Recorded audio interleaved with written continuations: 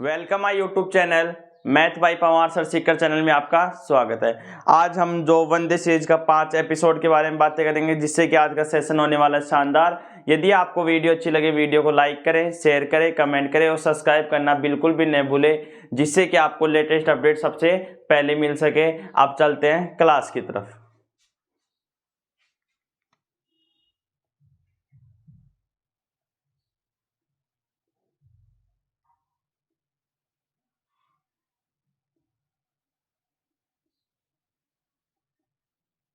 वंदे series का part कौन सा है?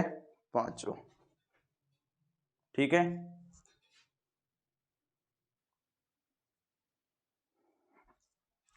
कल हम क्वेश्चनों की चर्चा की थी। स्थायी बंदोबस्त प्रणाली की शुरुआत किस चार्टर एक्ट के तहत हुई? Charter act 1793।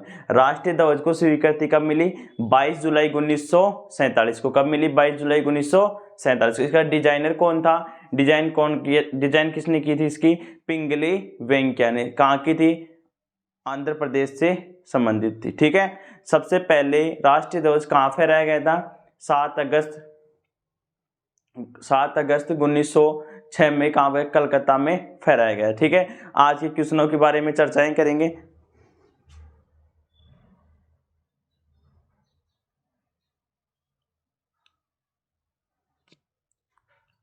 आज में इंडियन हाई कोर्ट के बारे में बातें करेंगे। पहले कुछ 5 क्वेश्चन इन पॉलिटिकल के बारे में बात करेंगे, फिर ज्योग्राफी के, फिर हिस्ट्री के क्वेश्चन। इंडियन हाई कोर्ट के बारे में बात करें। इंडियन हाई कोर्ट क्या हुआ कि 1861 के तहत 1862 में कोलकाता, बंबई और मद्रास में क्या हुए? 3 उच्च न्यायालयों की क्या हुए? स्थापना हुई। कब हुई थी? 1861 के तहत 1861 के तहत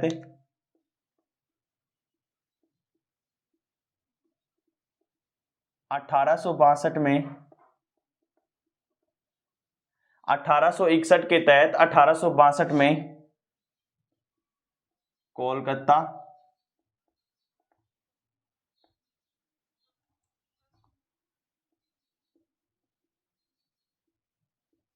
कोलकाता,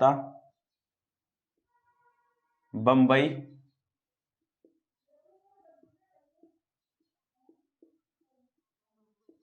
मद्रास में उच्च न्यायालय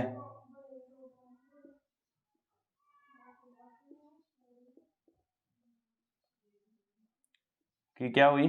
स्थापना हुई। उच्च न्यायालय क्या हुई? स्थापना हुई। एग्जाम में पूछा हुआ है इंडियन हाई कोर्ट के तहत कौन कौन से उच्च न्यायालय बनाए गए थे? कोलकाता, बंबई, मद्रास। किसके तहत बनाए गए? 1861 के तहत 1862 में कोलकाता, बंबई, मद्रास में 3 उच्च न्यायालय की क्या की गई? स्थापना की गई। ठीक है, अपेक्स न्यायालय की स्थापना कब की गई थी? 1 जनवरी 1774। 1 जनवरी 1774 में की थी। इसके प्रथम जो न्यायाधीश थे वो कौन थे? Lord Elijah Impey. कौन थे? Lord Elijah Impey. Indian high court से संबंधित एक क्वेश्चन हो गया। उसके बाद नेक्स्ट क्वेश्चन के बारे में, किस अधिनियम के तहत मुगल सम्राट का पद समाप्त हो गया था? किस एक्ट के अनुसार या किस अधिनियम के अनुसार? किस अधिनियम के तहत मुगल सम्राट का पद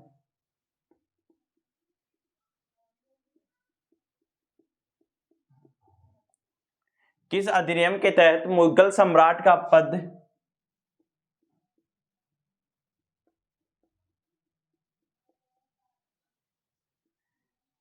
समाप्त हो गया था?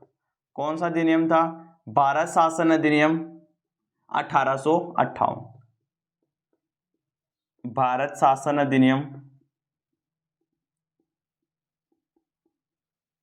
1858 इंपॉर्टेंट है, कई बार एग्जाम में पूछा हुआ है। वर्तमान में जो हमारा संविधान है उसके ऊपर सर्वाधिक प्रभाव किस अधिनियम का पड़ा? तो वो पड़ा था भारत शासन अधिनियम 1935। सबसे नजदीक संविधान कौन अधिनियम कौन सा था? भारत शासन अधिनियम 1935। 1935। ठीक है, आप इन क्वेश्चनों को नोट करें। नेक्स्ट क्वेश्चन की बारे में बातें करते हैं।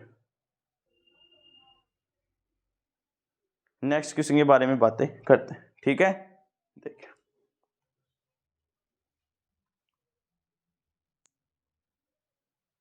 विश्व में सर्वप्रथम प्रस्तावना को किस देश ने स्थान दिया था? विश्व में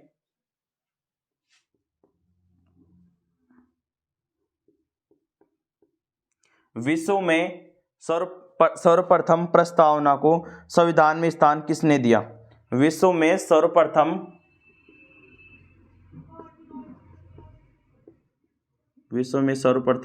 प्रस्तावना को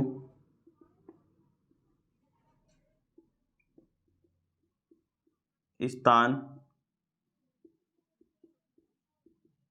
किस देश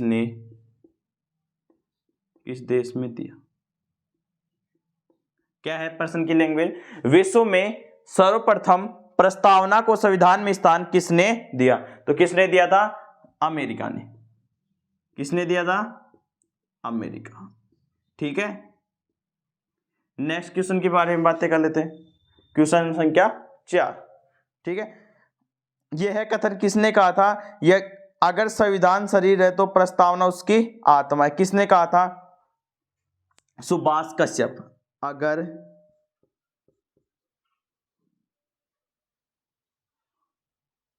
अगर संविधान शरीर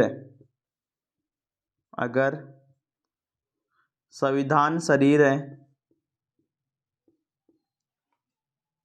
तो प्रस्तावना उसकी आत्मा है।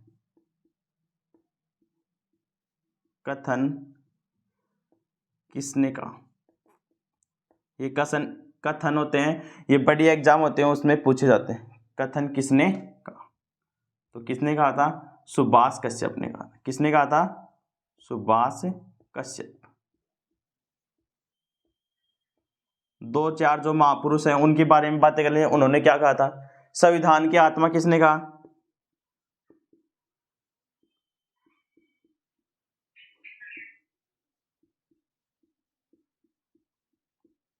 संविधान की कुंजी किसने कहा?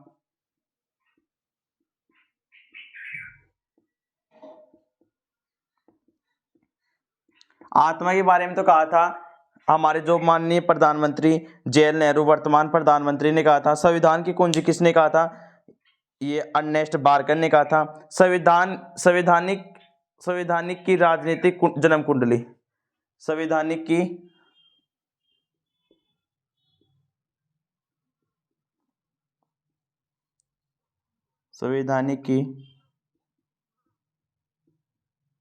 राजनीतिक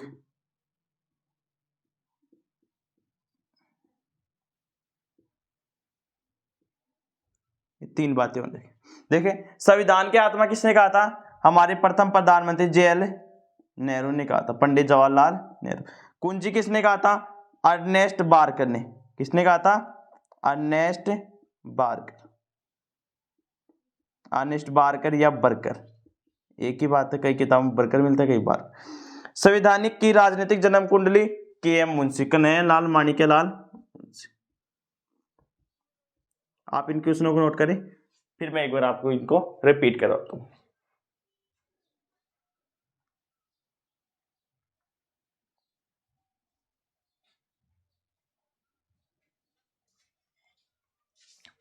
ठीक है, देखिए इंडियन हाई कोर्ट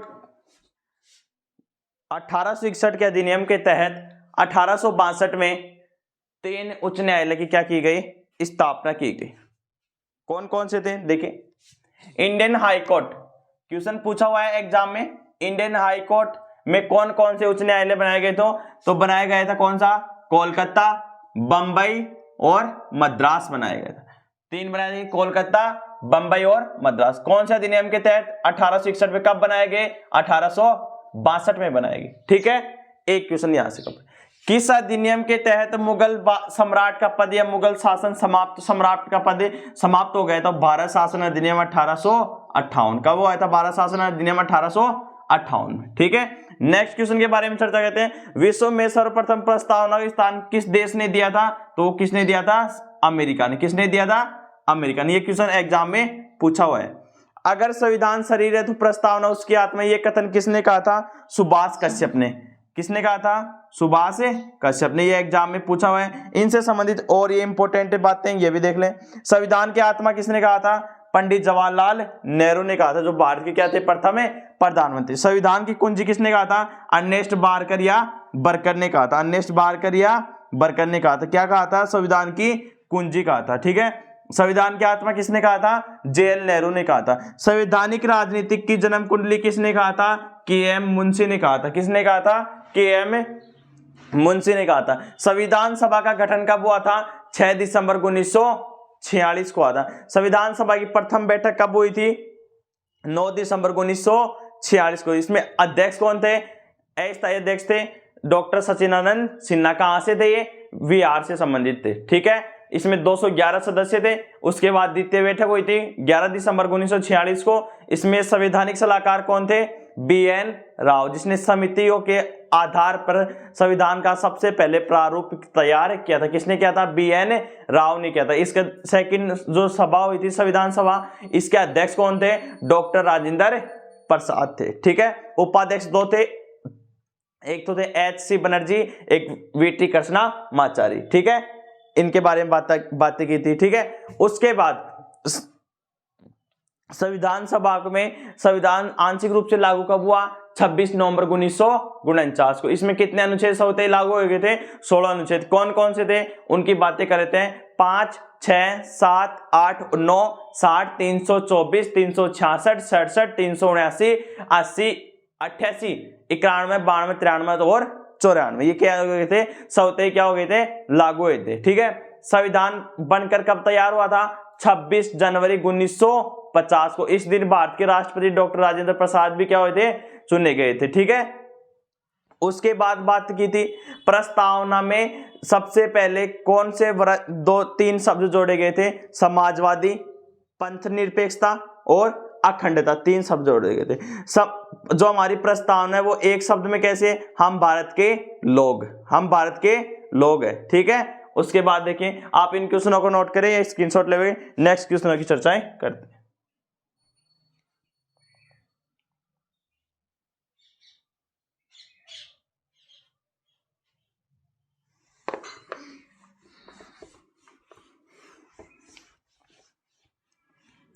अब कुछ इंपोर्टेंट अनुच्छेद 2-4 अनुच्छेदों के बारे में बात करें। अनुच्छेद 52 में क्या बताया गया है? भारत का क्या होगा? एक राष्ट्रपति होगा। भारत का क्या होगा? एक राष्ट्रपति होगा। अनुच्छेद 1 में क्या बताया गया है?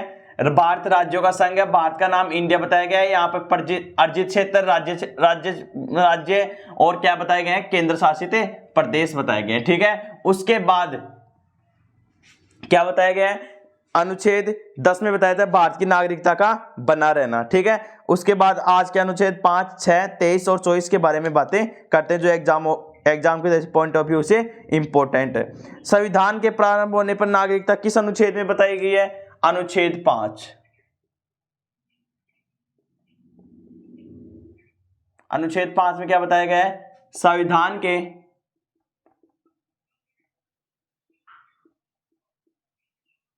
प्रारंभ होने पर नागरिकता,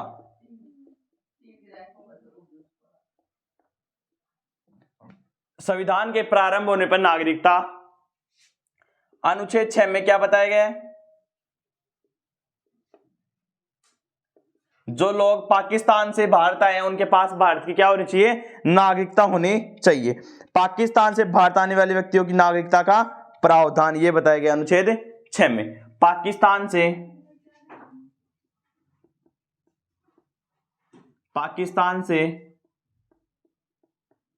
भारत आने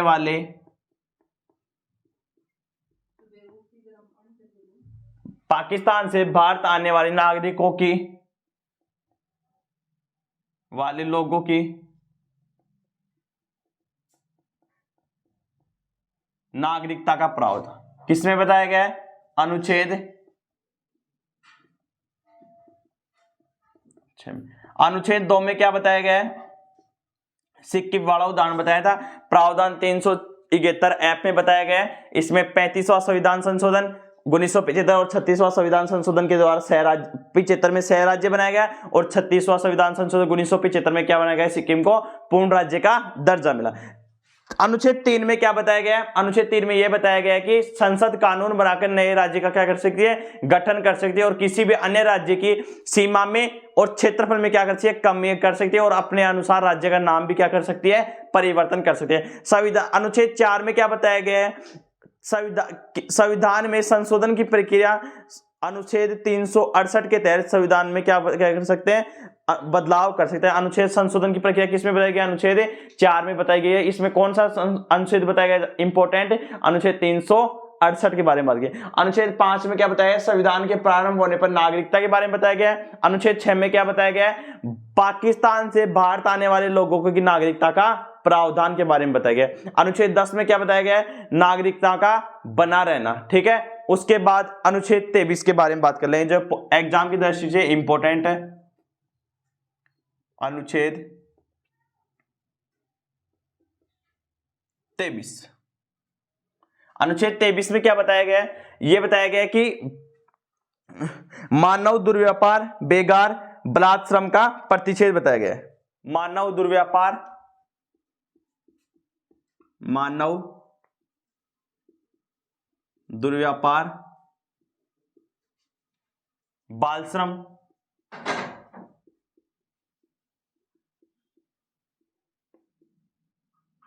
बाल श्रम प्रतिषेध। ठीक है, मानव दुर्व्यवहार के बारे में बताया गया है, बाल श्रम का प्रतिषेध बताया गया। ठीक है, एक बताया गया इसमें बेगार के बारे में। इसका अनुच्छेद किसमें मिलता है, अनुच्छेद 23 में मिलता है, बेगार। मानव दुर्व्यवहार, मानव से दुर्व्यवहार करना, बाल श्रम करना, बाल श्रम पर प्रतिबंध मतलब छोटे बच्चों को काम कराना, और बेगार में। अनुच्छेद 24 में क्या बताया गया, इंपॉर्टेंट अनुच्छेद है, एग्जाम में पूछा हुआ है और 23 भी पूछा हुआ है। इसमें क्या बताया गया है, 14 वर्ष से नीचे कम आयु के बालक को खतरनाक कार्यों में कार्य नहीं लगाना। इसमें बताया गया बाल श्रम का प्रतिषेध, इसमें बताया गया बाल श्रम का प्रतिषेध, इसमें बताया गया, ये बताया गया बलात् श्रम का, बलात् श्रम का। बलात् श्रम का किसमें बताया गया है, अनुच्छेद 23 में। इसमें बताया गया बाल श्रम का प्रतिषेध, बाल श्रम का प्रतिषेध। ठीक है, दोनों बातें अलग है, ये बलात् श्रम है और ये बाल श्रम है। ठीक है, बाल श्रम में मतलब क्या हो गया, इसका ये हो गया मतलब 14 वर्ष से कम आयु के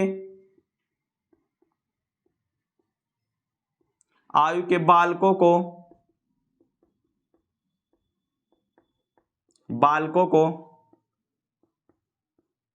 खतरनाक कार्य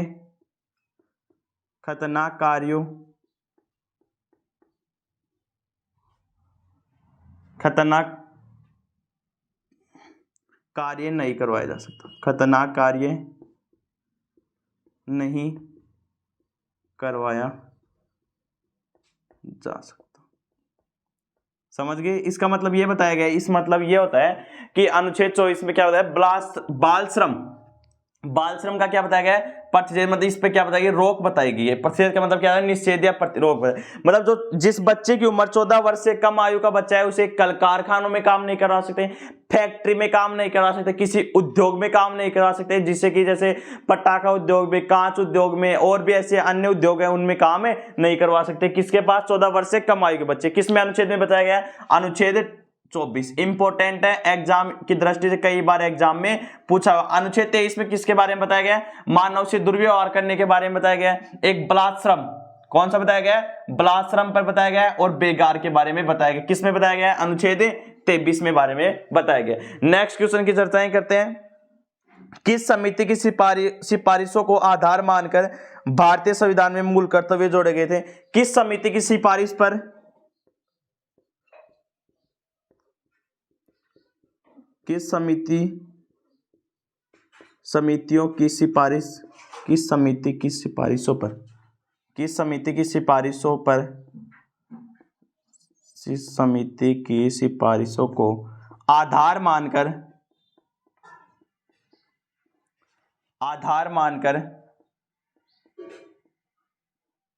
संविधान में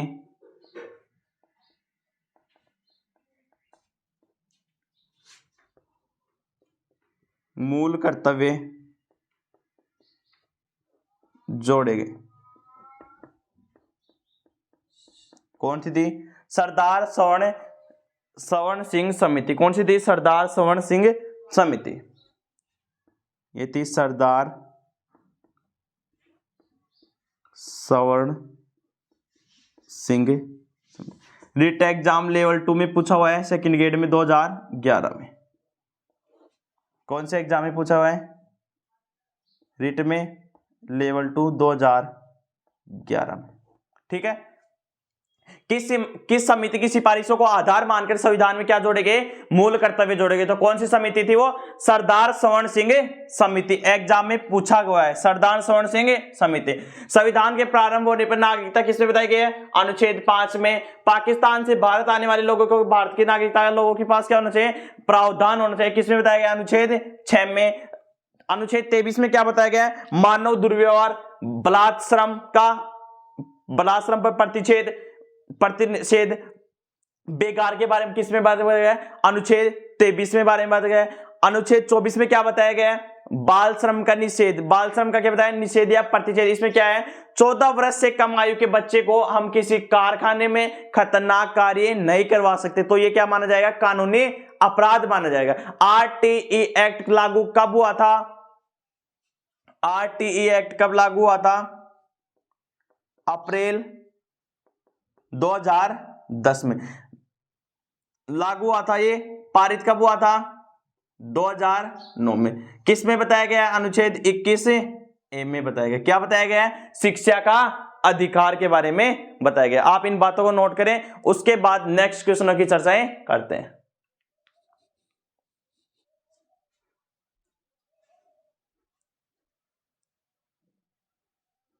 अब कुछ जो ये तो आप इन क्वेश्चनों को नोट करें।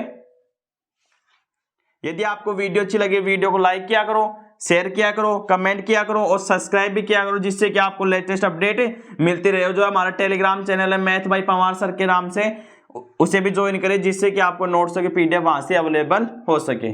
ठीक है। आज का जो मोटिवेशन कोड जो आपको ऊर्जावान बनाएगा,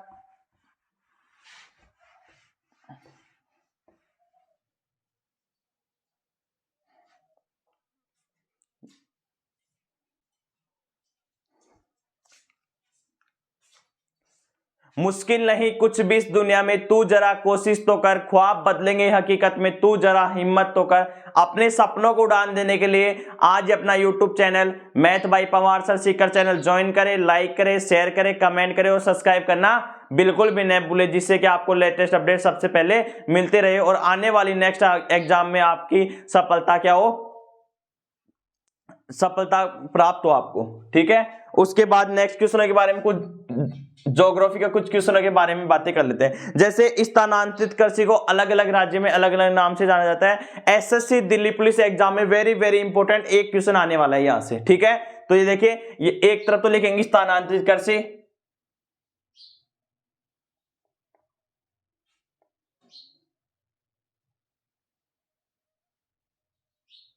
स्थानांतरित कृषि, एक तरफ लिखेंगे देश, कुछ देश भी है और या कुछ क्या है राज्य, उनमें क्या क्या नाम से जाना जाता है।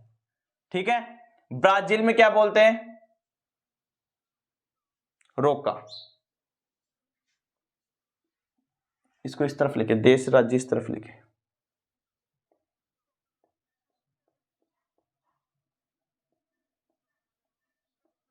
स्थानांतरित कृषि। ठीक है। या एसएससी दिल्ली पुलिस के लिए वेरी वेरी इंपॉर्टेंट एक क्वेश्चन आने वाला है यहां से। ठीक है। देखिए, ब्राजील है जिसे क्या कहते हैं? सांपों का देश कहते हैं। अमेजन वर्षा भी कहाँ होती है? ब्राजील में होती है, जिसे पृथ्वी का क्या कहते हैं? फेफड़े कहते हैं। ब्राजील में क्या बोलते हैं? इसे रोका बोलते हैं। ब्राजील में क्या बोलते हैं? रोका बोलते हैं। मलेशिया में क्या बोलते हैं? मिल्पा। मलेशिया में क्या बोलते हैं? मिल्पा बोलते हैं। ब्राजील में रोको बोलते हैं, मलेशिया में क्या बोलते हैं? मिल्पा बोलते हैं।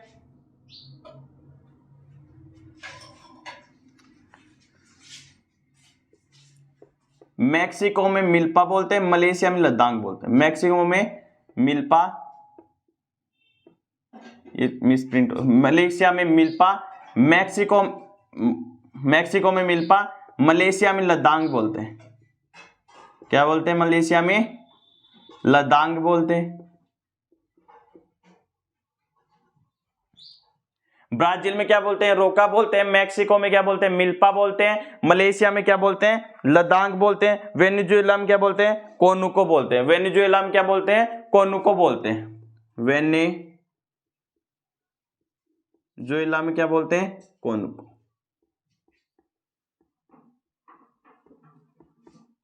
ये तो हो गए 4 देश, इनसे संबंधित ये एग्जाम में पूछा जाता है प्रश्न। ठीक है। ब्राजील में क्या, ये अभी मिसप्रिंट हो गया था। ब्राजील में क्या बोलते हैं? रोका बोलते हैं। मैक्सिको में क्या बोलते हैं? मिल्पा बोलते हैं। मलेशिया में क्या बोलते हैं? लद्दाख बोलते हैं। वेनेजुएला में क्या बोलते हैं? कोनुको बोलते हैं। आपको इसी क्लास में ये याद करने हैं, एग्जाम में पूछे जाएंगे। ठीक है। राजस्थान में क्या बोलते हैं? वालरा बोलते हैं। राजस्थान में क्या बोलते हैं? वालरा। हिमाचल क्षेत्र में क्या बोलते हैं? खिल बोलते हैं। हिमालय क्षेत्र में क्या बोलते हैं? खिल बोलते हैं। ठीक है। ओडिशा में क्या बोलते हैं? पामाडाबी बोलते हैं। पामाडाबी। ठीक है। उसके बाद अंडमान निकोबार में क्या बोलते हैं? दीपा बोलते हैं। ये क्या है? AN मतलब अंडमान और निकोबार। हिमालय क्षेत्र में क्या बोलते हैं? खिल बोलते हैं। ओडिशा में पामाडाबी बोलते हैं। और केरल में क्या बोलते हैं? पोनम। केरल में क्या बोलते हैं? पोनम। मणिपुर में क्या बोलते हैं? पामलू। मणिपुर में क्या बोलते हैं? पामलू। पश्चिम में क्या बोलते हैं? पश्चिमी क्षेत्र में कुमारी। पश्चिमी क्षेत्र में क्या बोलते हैं? कुमारी बोलते हैं। ठीक है। पश्चिमी क्षेत्र में क्या बोलते हैं? कुमारी बोलते हैं। उत्तरी भाग में, उत्तरी क्षेत्र में क्या बोलते हैं? जूमिंग बोलते हैं। जूमिंग या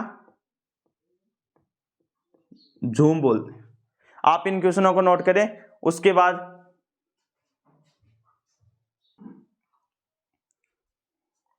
नेक्स्ट और देखते हैं। ये पश्चिमी क्षेत्र की जगह पश्चिमी घाट भी आ सकते हैं। एग्जाम में पश्चिमी घाट के नाम से पूछा। इस क्षेत्र की जगह पश्चिमी क्षेत्र या घाट दोनों लिखे हैं। उत्तरी पूर्वी क्षेत्र, उत्तरी पूर्वी भारत क्षेत्र, भारत में या उत्तरी क्या बोलते हैं? झूमिंग या जूम बोलते हैं। झारखंड में क्या बोलते हैं?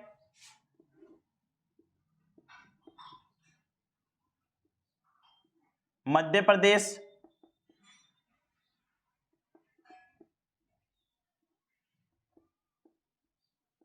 छत्तीसगढ़ में क्या बोलते हैं? दीपा या डाइया या क्या बोलते हैं? वेबर। ठीक है। झारखंड में क्या बोलते हैं? कुरुआ। झारखंड में क्या बोलते हैं? कुरुआ। आंध्र प्रदेश में क्या बोलते हैं? आंध्र प्रदेश में क्या बोलते हैं? पोंडू। आप इन्हें नोट करें, इनसे बाहर कुछ नहीं जाएगा।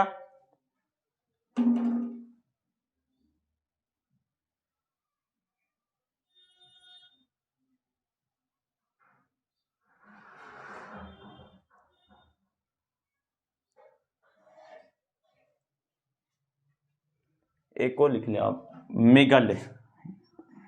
कौन सा था वो, मेघालय में क्या बोलते हैं,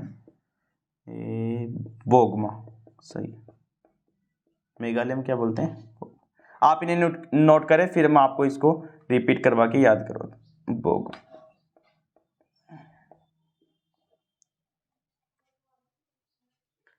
देखें ब्राजील में क्या बोलते हैं, रोका बोलते हैं, मैक्सिको में मिल्पा बोलते हैं, मलेशिया में क्या बोलते हैं, लदांग बोलते हैं, वेनेजुएला में क्या बोलते हैं, कोनुको बोलते हैं, राजस्थान में क्या बोलते हैं, वालरा बोलते हैं, हिमालय क्षेत्र में क्या बोलते हैं, खिल बोलते हैं, ओडिशा में क्या बोलते हैं, पामाडाबी बोलते हैं, अंडमान निकोबार में क्या बोलते हैं, दीपा बोलते हैं, केरल में क्या बोलते हैं, पोन्नम बोलते हैं, मणिपुर में क्या बोलते हैं, पामलू बोलते हैं, पश्चिमी घाट या पश्चिमी क्षेत्र में क्या बोलते हैं, कुमारी बोलते हैं, उत्तरी पूर्वी भारत में या उत्तरी पूर्वी क्षेत्र में क्या बोलते हैं, झूमिंग या झूम बोलते हैं, झारखंड में क्या बोलते हैं, कुरुआ बोलते हैं, मध्य प्रदेश छत्तीसगढ़ में क्या बोलते हैं, देपा, डाइया या वेबर, 3 नाम बताए गए, आंध्र प्रदेश में क्या बोलते हैं, पोंडू बोलते हैं, मेघालय में क्या बोलते हैं, बोगमा बोलते हैं। ठीक है, रोका किसमें बोलते हैं, एक बार वापस रिपीट करा दे, इंपॉर्टेंट है, एग्जाम में 100% क्वेश्चन आएगा यहां से।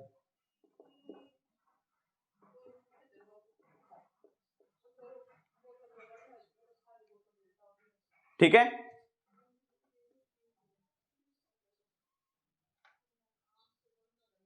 ब्राजील में क्या बोलते हैं, रोका बोलते हैं, मैक्सिको में भी क्या बोलते हैं, मिल्पा बोलते हैं, मलेशिया में क्या बोलते हैं, लद्दाख बोलते हैं, वेनेजुएला में क्या बोलते हैं, कोनुको बोलते हैं, राजस्थान में क्या बोलते हैं, वालरा बोलते हैं, हिमालय क्षेत्र में क्या बोलते हैं, खिल बोलते हैं, ओडिशा में क्या बोलते हैं, पामाडाबी बोलते हैं, अंडमान निकोबार में क्या बोलते हैं, दीपा बोलते हैं, केरल में क्या बोलते हैं, पोन्नम बोलते हैं, मणिपुर में क्या बोलते हैं, पामलू बोलते हैं, पश्चिमी घाट में क्या बोलते हैं, कुमारी बोलते हैं, उत्तरी पूर्वी भारत में क्या बोलते हैं, झूमिया, झूमिंग बोलते हैं, झारखंड में क्या बोलते हैं, कुरुआ बोलते हैं, मध्य प्रदेश छत्तीसगढ़ में क्या बोलते हैं, देपा, डाइया या बेबर बोलते हैं, आंध्र प्रदेश में क्या बोलते हैं, पोंडो बोलते हैं, मेघालय में क्या बोलते हैं, बोगमा बोलते हैं। आप इन क्वेश्चनों को नोट करें, इनसे एग्जाम में 100% एसएससी एग्जाम में एक क्वेश्चन पूछा जाएगा, गारंटेड है, 100% एक क्वेश्चन पूछा जाएगा। नोट करें आप इसे, ये सेकंड ग्रेड में पूछे जाते हैं इनमें ऐसे क्वेश्चन,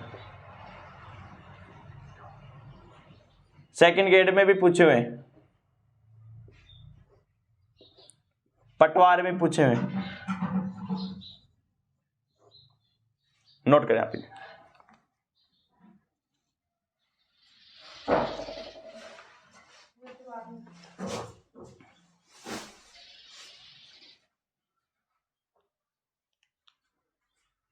देखें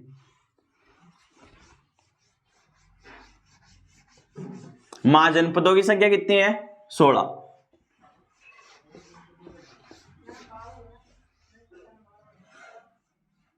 अरे यूं जमीन पे बैठकर क्यों आसमान देखता है, अपने पंखों को खोल जमाना उड़ान देखता है। नेक्स्ट क्वेश्चन देखें, विश्व में आधुनिक जैविक कृषि का जनक किसे कहा जाता है, अल्बर्ट हावर्ड को कहा जाता है। विश्व में आधुनिक जैविक कृषि का जनक किसे कहा जाता है, अल्बर्ट हावर्ड को कहा जाता है। विश्व में पूर्णतः जैविक कृषि अपनाने वाला जिला कौन सा है, पूर्णतः जैविक कृषि जो कृषि कर रहा है वो कौन सा है, सिक्किम है। कौन सा है, सिक्किम। विश्व में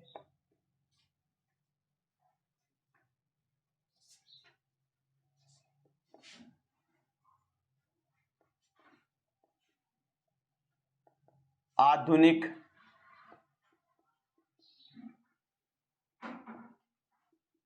जैविक कृषि का जनक कौन है, तो कौन है, Albert Howard. Albert Howard, Albert Howard. ठीक है, उसके बाद नेक्स्ट क्वेश्चन के बारे में बातें करते हैं। लोहा इस्पात का प्रथम कारखाना कब लगाया गया था, लोहा इस्पात का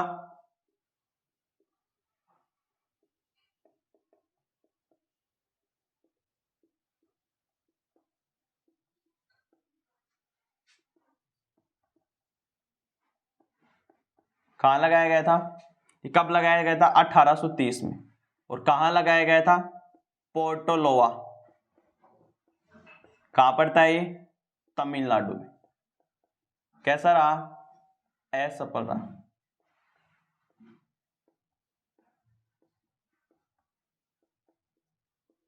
असफल। नेक्स्ट क्वेश्चन के बारे में चर्चा ही कर लेते हैं। विश्व में आधुनिक जैविक कृषि का जनक किसे कहा जाता है? अल्बर्ट हावर्ड को कहा जाता है। देखो 3 क्वेश्चन से बिहार से संबंधित कुछ क्वेश्चनों के बारे में बात करते हैं। रेल पहिए बनाने का कारखाना, रेल पहिए का कारखाना कहाँ है? छपरा बिहार में। कहाँ है? छपरा बिहार, छपरा बिहार, ठीक है। उसके बाद रेल पहिए का कारखाना कहाँ है? छपरा बिहार। विद्युत इंजन बनाने का कारखाना,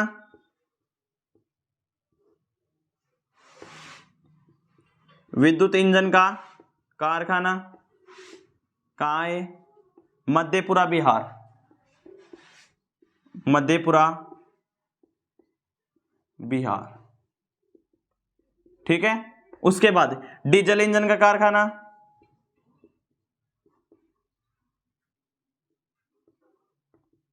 डीजल इंजन का कारखाना कहाँ है? ये है मढोरा बिहार।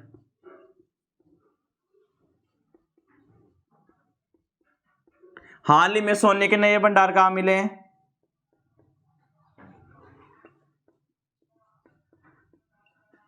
सोने के नए भंडार कहाँ मिले? तो ये कहाँ मिले? जमुई बिहार में। 4 क्वेश्चनों की चर्चा की, इनसे एग्जाम में एक ना एक क्वेश्चन आपको मिल जाएगा। जमुई बिहार। देखें, रेल पहिए का कारखाना कहाँ है? छपरा बिहार में। विद्युत इंजन का कारखाना कहाँ है? मधेपुरा बिहार में, ठीक है। डीजल इंजन का कारखाना मढोरा बिहार में। हाल ही में सोने के नए भंडार कहाँ मिले हैं? जमुई बिहार में मिले, ठीक है। नेक्स्ट क्वेश्चन के बारे में बातें करते हैं। भारत की पहली E double decker AC bus सेवा की शुरुआत कहां की गई? भारत की पहली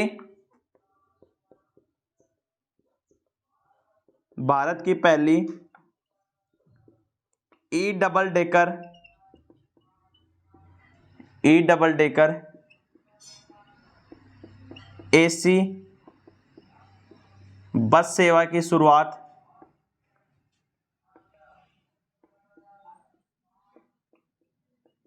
कहां की गई?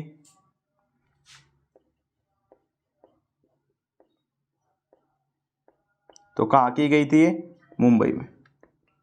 अभी हाल ही में एक करंट में जुड़ा है प्रश्न, इंपॉर्टेंट है, याद रखिए। ये क्वेश्चन एग्जाम की दृष्टि से, पॉइंट ऑफ व्यू से इंपॉर्टेंट है। भारत की पहली E double decker AC bus सेवा की शुरुआत कहां की गई थी? मुंबई में की गई थी। ग्रामीण सड़कों में केंद्र व राज्य का अनुपात क्या है? इस क्वेश्चन के बारे में चर्चा कर लेते हैं। पहले एक बार आपको मैं ये क्वेश्चन रिपीट करा देता हूं, उसके बाद नेक्स्ट क्वेश्चन की चर्चा करते हैं। विश्व में आधुनिक जैविक कृषि का जनक किसे कहा जाता है? अल्बर्ट हावर्ड को कहा जाता है। ये जैविक कृषि अपनाने वाला पूर्णतः कौन सा राज्य है? वो सिक्किम। कौन सा राज्य है? सिक्किम। सिक्किम कब बना था?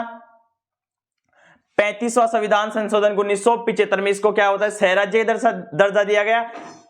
36वां संविधान संशोधन 1975 में क्या बना? सिक्किम को क्या बनाया गया? भारत का पूर्ण राज्य के रूप में बनाया गया। कौन सा राज्य बना था? ये 22वां राज्य बना था। लोहा इस्पात का प्रथम कारखाना कहाँ है? 1823 में बना था। पार्टो लोहा क्या कहाँ है? तमिलनाडु में। कैसा रहा था? असफल रहा था। सफल कारखाना कौन सा था?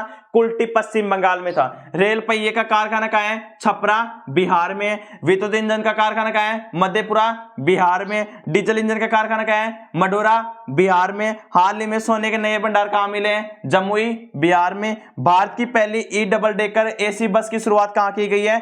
मुंबई में की गई है। आप इन क्वेश्चनों को नोट करें, उसके बाद नेक्स्ट क्वेश्चन की चर्चाएं करते हैं।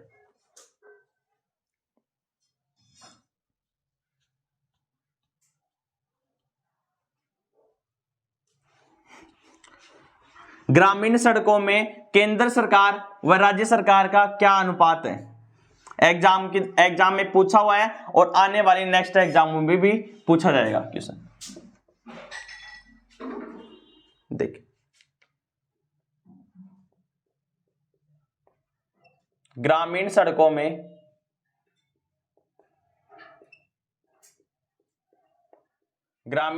में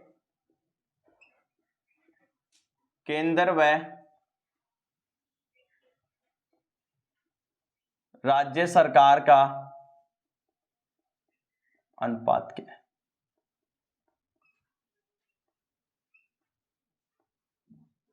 ग्रामीण सड़कों में केंद्र और राज्य सरकार का अनुपात क्या है? एग्जाम की दृष्टि से इंपॉर्टेंट है, कई बार पूछा हुआ है। तो केंद्र सरकार का कितना है और राज्य सरकार का कितना है? केंद्र सरकार का 90, इसका है 10%, मतलब 100 में से केंद्र सरकार का 90% होता है, राज्य सरकार का कितना होता है? 10% होता है। ठीक है, नेक्स्ट क्वेश्चन के बारे में बातें करेंगे। ये बीआरओ के तहत होता है। 1960 में बीआरओ की क्या हुई थी? स्थापना हुई थी। रेलवे बोर्ड की स्थापना कब हुई थी और उड़ान योजना क्या है, इनके बारे में बात करते हैं। रेलवे बोर्ड की स्थापना, रेलवे बोर्ड की स्थापना कब हुई? 1905 में। तब भारत का वायसराय कौन था? लॉर्ड कर्जन द्वारा, लॉर्ड कर्जन द्वारा। बंगाल का विभाजन भी किसने किया? लॉर्ड कर्जन ने किया। इस दिन कौन सा दिवस बनाया जाता है? बंगाल में शोक दिवस या काला दिवस बनाया जाता है। रेलवे बोर्ड की स्थापना 1905 में। रेलवे में कुल जोन कितने हैं? कुल रेलवे जोन कितने हैं? 18। ठीक है, रेलवे मंडल कितने? 73। रेलवे मंडल कितने हैं? 73 है। रेलवे भर्ती बोर्ड कितने हैं? 21। रेलवे भर्ती बोर्ड कितने हैं? 21। इन 3 क्वेश्चनों को भी ध्यान रखें। ठीक है, उसके बाद उड़ान योजना क्या है? इसकी स्थापना कब हुई? शुरुआत कब हुई? किसने की? इसकी उद्घाटन किसने किया? देखें, उड़ान योजना का उद्देश्य था उड़े देश का आम नागरिक। उड़ान योजना का उद्देश्य क्या था? उड़े देश का आम नागरिक। उड़े देश का आम नागरिक। शुरुआत कब हुई इसकी? उद्घाटन 27 अप्रैल 2016। किसने की और कहां से की? शिमला से। हिमाचल प्रदेश की राजधानी क्या है? शिमला से। मोदी द्वारा, जो माननीय प्रधानमंत्री नरेंद्र मोदी द्वारा क्या किया गया? इसका उद्घाटन किया गया। आप इन क्वेश्चनों को भी नोट करें। उड़ान योजना क्या है? उड़े देश का आम नागरिक। इसका उद्देश्य शिमला से शुरू की गई थी। विंग्स 2017 कहां से स्टार्ट की गई थी? ये दिल्ली से स्टार्ट की थी। जनसंख्या के संदर्भ में किस वर्ष को महाविभाजक वर्ष माना जाता है? जनसंख्या के संदर्भ में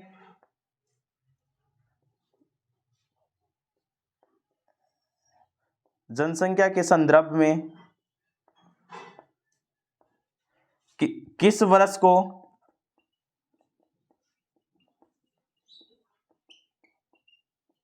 महाविभाजक वर्ष माना जाता है? इस वर्ष क्या की गई थी? ऋणात्मक वृद्धि दर्ज की गई थी। महाविभाजक वर्ष माना जाता है। कौन सा माना जाता है? 1921 का। कौन सा है? 1921 को क्या माना जाता है? महाविभाजक। आप इन क्वेश्चनों को नोट करें, एक बार रिपीट करवाता हूं मैं। ग्रामीण सड़कों में केंद्र व राज्य सरकार का अनुपात क्या है? 90:10। रेलवे बोर्ड की स्थापना 1905 में किसके द्वारा? लॉर्ड कर्जन के द्वारा। कुल रेलवे जोन कितने हैं? 18। 18वां रेलवे जोन कौन है? विशाखापट्टनम, आंध्र प्रदेश में। कुल रेलवे भर्ती बोर्ड 73। कुल रेलवे भर्ती बोर्ड 21 है और रेलवे मंडल कितने हैं? 73 है। ठीक है, उड़ान योजना कहां से संबंधित है? शिमला से मोदी द्वारा शुरू की गई थी 27 अप्रैल 2016 को। उद्देश्य क्या था? उड़े देश का आम नागरिक। एग्जाम में पूछा हुआ है। जनसंख्या के संदर्भ में किस वर्ष को महाविभाजक वर्ष माना जाता है? कौन सा वर्ष है वो? 1921 का जो टाइम था उसे क्या कहा जाता है? महाविभाजक वर्ष माना जाता है। आप इन क्वेश्चनों को नोट करें, उसके बाद कुछ और क्वेश्चनों की चर्चाएं करते हैं।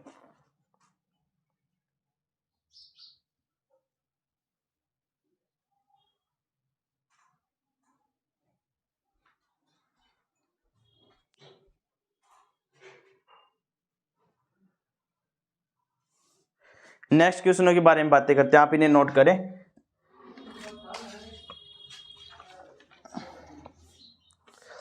जनगणना का सूत्र क्या है? ये एग्जाम में पूछा हुआ है। कुल जनसंख्या बटे कुल क्षेत्रफल। एग्जाम में पूछा हुआ है, सेकंड ग्रेड एग्जाम में जनघनत्व का सूत्र क्या है?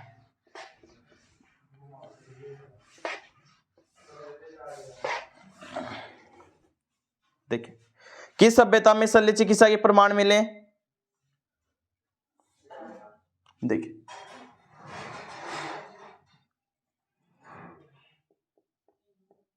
जनघनत्व का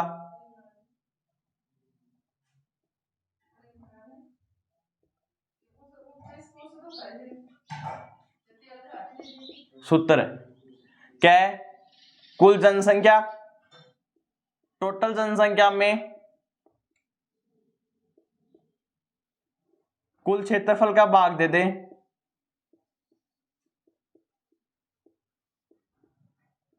तो क्या प्राप्त होगा अपने को? जनघनत्व प्राप्त होगा। ये एग्जाम में पूछा हुआ है एक बार, सेकंड ग्रेड 2008 में पूछा हुआ है। मैथ की जो एग्जाम थी, सेकंड ग्रेड जो मैथ वाले एग्जाम देता है उसमें सेकंड ग्रेड 2008 में पूछा है। ठीक है, आर्ट्स वाले को नहीं पूछते, साइंस वाले को पूछते, क्योंकि साइंस मैथ वाले को जनघनत्व के बारे में साइंस वालों को कम नॉलेज रहता है, ज्योग्राफी वालों को ज्यादा। ठीक है, जनघनत्व क्या है? कुल जनसंख्या में यदि कुल क्षेत्रफल का भाग दे देंगे तो क्या आ जाएगा अपने पास? जनघनत्व आ जाएगा। ठीक है, किस सभ्यता से शल्य चिकित्सा के प्रमाण मिले? किस सभ्यता से शल्य चिकित्सा के प्रमाण मिले हैं?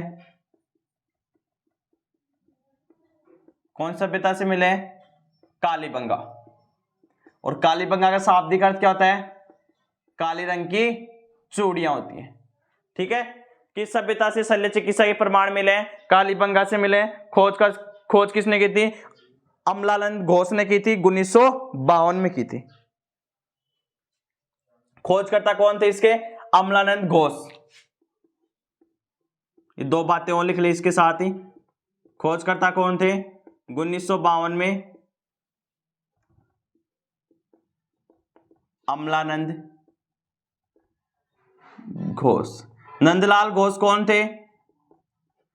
संविधान की जो डिजाइनर था, सजावट किसने की थी?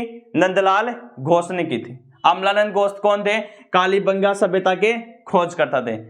दोहरी कृषि के अवशेष भी कहां से मिले हैं?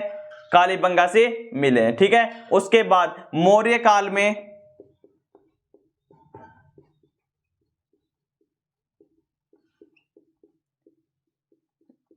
जनगणना अधिकारी, मौर्य काल में जनगणना अधिकारी क्या कहलाता है?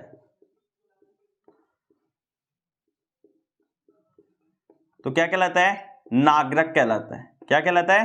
नागरिक। नेक्स्ट क्वेश्चन के बारे में चर्चाएं करते हैं। वर्गमूल और घनमूल का सिद्धांत देने वाले प्रथम विद्वान कौन थे? वराह मिहिर। वर्गमूल और घनमूल, स्क्वायर और रूट, वर्गमूल व घनमूल का सिद्धांत देने वाले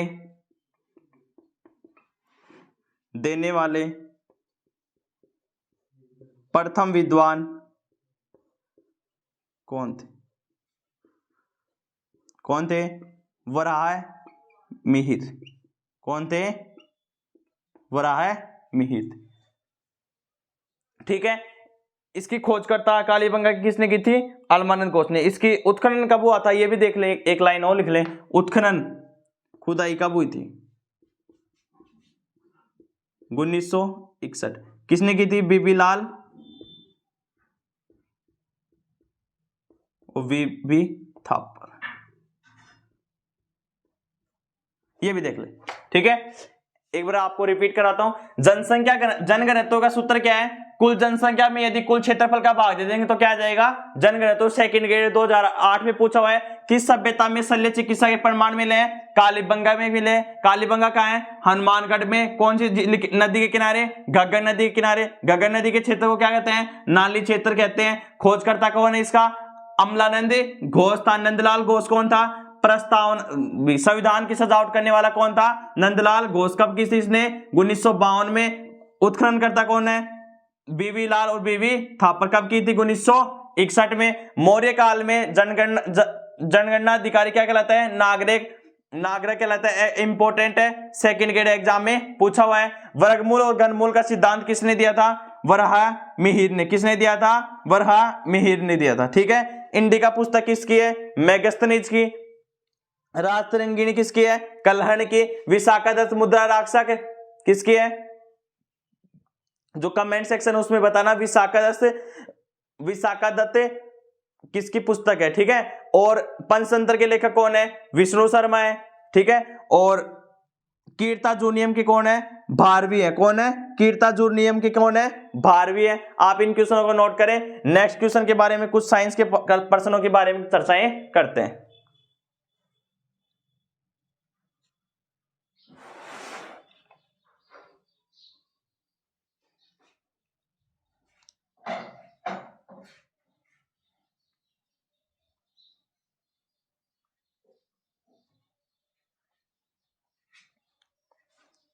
देखिए आप साइंस के प्रश्न।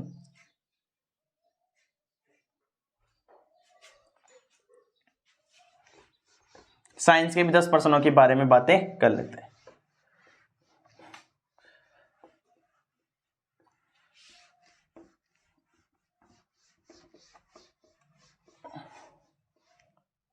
देखिए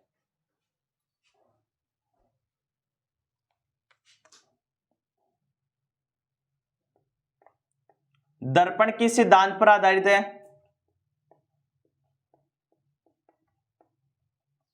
दर्पण किस सिद्धांत पर आधारित है? दर्पण किस सिद्धांत पर आधारित है? परावर्तन के नियम पर। परावर्तन के सिद्धांत। दर्पण किस सिद्धांत पर आधारित है? परावर्तन के। लेंस किस सिद्धांत पर आधारित है? लेंस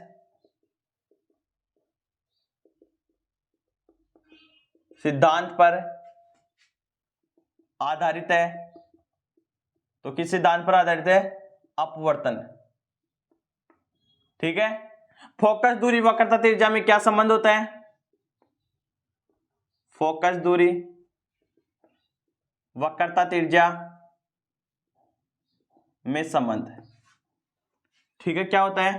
F बराबर R बाई, या इसे ऐसे लिख देंगे 2F बराबर R। वक्रता त्रिज्या फोकस दूरी के डबल के बराबर होती है। ठीक है। नेक्स्ट क्वेश्चन के बारे में बात करते हैं। सोनार क्या है? सोनार इसकी फुल फॉर्म भी पूछी हुई है एग्जाम में। साउंड नेविगेशन एंड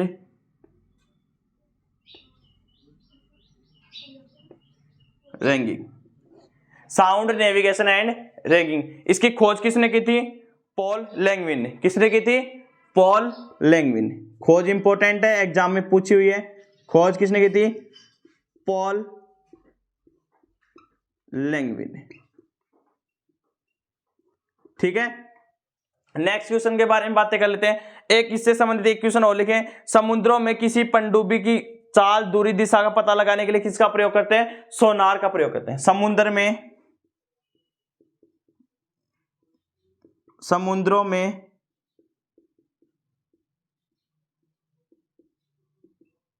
पनडुब्बी की चाल, दूरी, दिशा का पता लगाने के लिए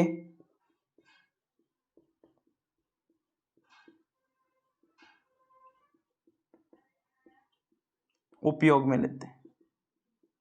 किसको उपयोग में लेते हैं? सोनार को उपयोग में लेते हैं। ये लास्ट बार एग्जाम रिट के जो एग्जाम हुई थी, अब भी जो एग्जाम हुई थी उसमें पूछा हुआ, जो रिजेक्ट हो गई थी एग्जाम उसमें पूछा हुआ है। सोनार क्या है? साउंड नेविगेशन एंड रैंकिंग है। खोज किसने की थी? पॉल लैंगविन ने की थी। ये भी एग्जाम रिट एग्जाम में पूछा हुआ है, लास्ट ईयर एग्जाम में पूछा हुआ है। समुद्र में पनडुब्बी की चाल, चाल, दूरी, दिशा का पता लगाने के लिए इसका प्रयोग करते हैं, सोनार का प्रयोग करते हैं। दर्पण किस सिद्धांत पर आधारित है? परावर्तन के। लेंस किस सिद्धांत पर आधारित है? अपवर्तन के। फोकस दूरी वक्रता त्रिज्या में क्या संबंध होता है? F बराबर R बटे 2। या 2f, इसको क्रॉस मल्टीप्लाई करेंगे 2f बराबर r। ठीक है, समुद्रों में पनडुब्बी की चाल धारा दिशा चाल दूरी दिशा का मापन करने के लिए किसका उपयोग करते हैं? सोनार उपकरण का उपयोग करते हैं। उसके बाद नेक्स्ट क्वेश्चनों की चर्चाएं और कर लेते हैं। लास्ट क्वेश्चन होंगे वो 4-5 क्वेश्चनों के बारे में और बातें कर लेते हैं।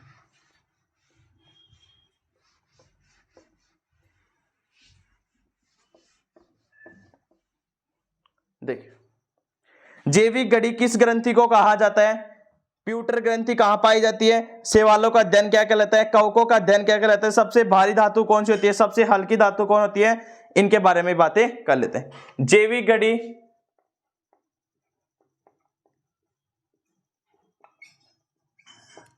घड़ी किस ग्रंथि को कहा जाता है? जैविक घड़ी किस ग्रंथि को कहा जाता है? तो किसे कहा जाता है? पीनियल ग्रंथि को। किसे कहा जाता है? पीनियल ग्रंथि को। ठीक है, जैविक घड़ी किस ग्रंथि को कहा जाता है? पीनियल ग्रंथि को कहा जाता है। सबसे भारी धातु कौन सी है? सबसे भारी धातु कौन सी है? ऑस्मियम। कौन सी है? ऑस्मियम। सबसे हल्की धातु कौन सी है? लिथियम।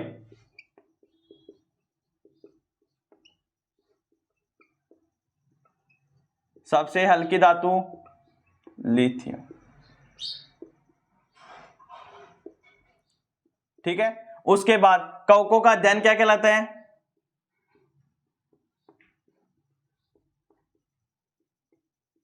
कवकों का अध्ययन।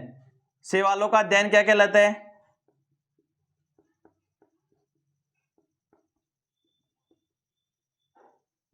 देखिए, कवक का ध्यान रखिए, फास। क्या याद रखेंगे? फास। ये ट्रिक है। कवक का क्या कहलाएंगे? फास। मतलब फाइकोलॉजी। एक याद हो गया, दूसरा अपने आप याद हो जाएगा, फाइकोलॉजी। शैवालों का क्या कहलाएगा? माइकोलॉजी। क्या कहलाएगा? माइकोलॉजी। नेक्स्ट क्वेश्चन के बारे में चर्चा कर लेते हैं। किसके द्वारा जल का शुद्धिकरण किया जाता है? फिटकरी के द्वारा। किसके द्वारा? जल शुद्धिकरण के लिए किसका उपयोग करते हैं? क्लोरीन या फिटकरी का। किसका उपयोग?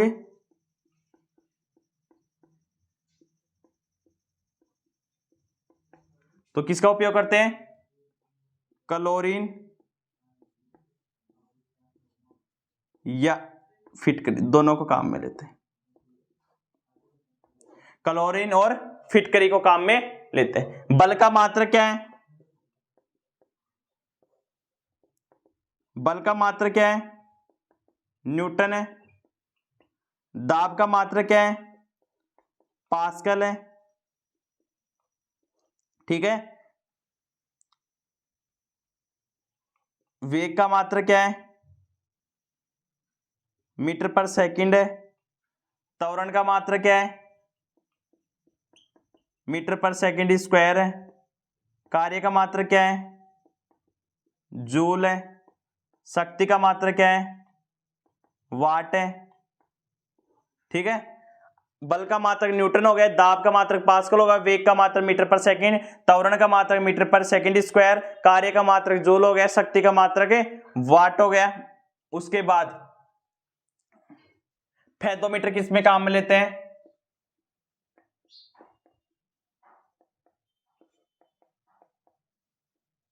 समुद्र की गहराई में मापने के लिए। बैरोमीटर किस में काम लेते हैं? वायुमंडलीय दाब मापन के लिए। वायुमंडलीय दाब मापन के लिए। हाइड्रोलिक लिफ्ट किस पर आधारित है? पास्कल के नियम पर। आप इन बातों को नोट करें। 1 मिनट में मैं आपको 20 सेकंड में रिपीट करवा देता हूं। जैविक घड़ी किस ग्रंथि को कहा जाता है? पीनियल ग्रंथि को कहा जाता है। सबसे भारी धातु कौन सी है? ऑस्मियम है। सबसे हल्की धातु कौन सी है? लिथियम है। कवकों का अध्ययन क्या कहलाता है? माइकोलॉजी। शैवालों का अध्ययन फाइकोलॉजी। जल शुद्धिकरण के लिए किसका उपयोग करते हैं? क्लोरीन फिटकरी का उपयोग करते हैं। बल का मात्रक न्यूटन, दाब का पास्कल, वेग का मीटर पर सेकंड स्क्वायर, त्वरण का मीटर पर सेकंड स्क्वायर, कार्य का जूल, शक्ति का वाट, वायुमंडलीय दाब के लिए बैरोमीटर, फेथोमीटर समुद्र की गहराई मापने के लिए। आपको यदि वीडियो अच्छी लगी वीडियो को लाइक करें, शेयर करें, कमेंट करें और सब्सक्राइब करना बिल्कुल भी न भूलें, जिससे कि आपको लेटेस्ट अपडेट सबसे पहले मिल सके। Thank you, all the best, जय हिंद, जय भारत।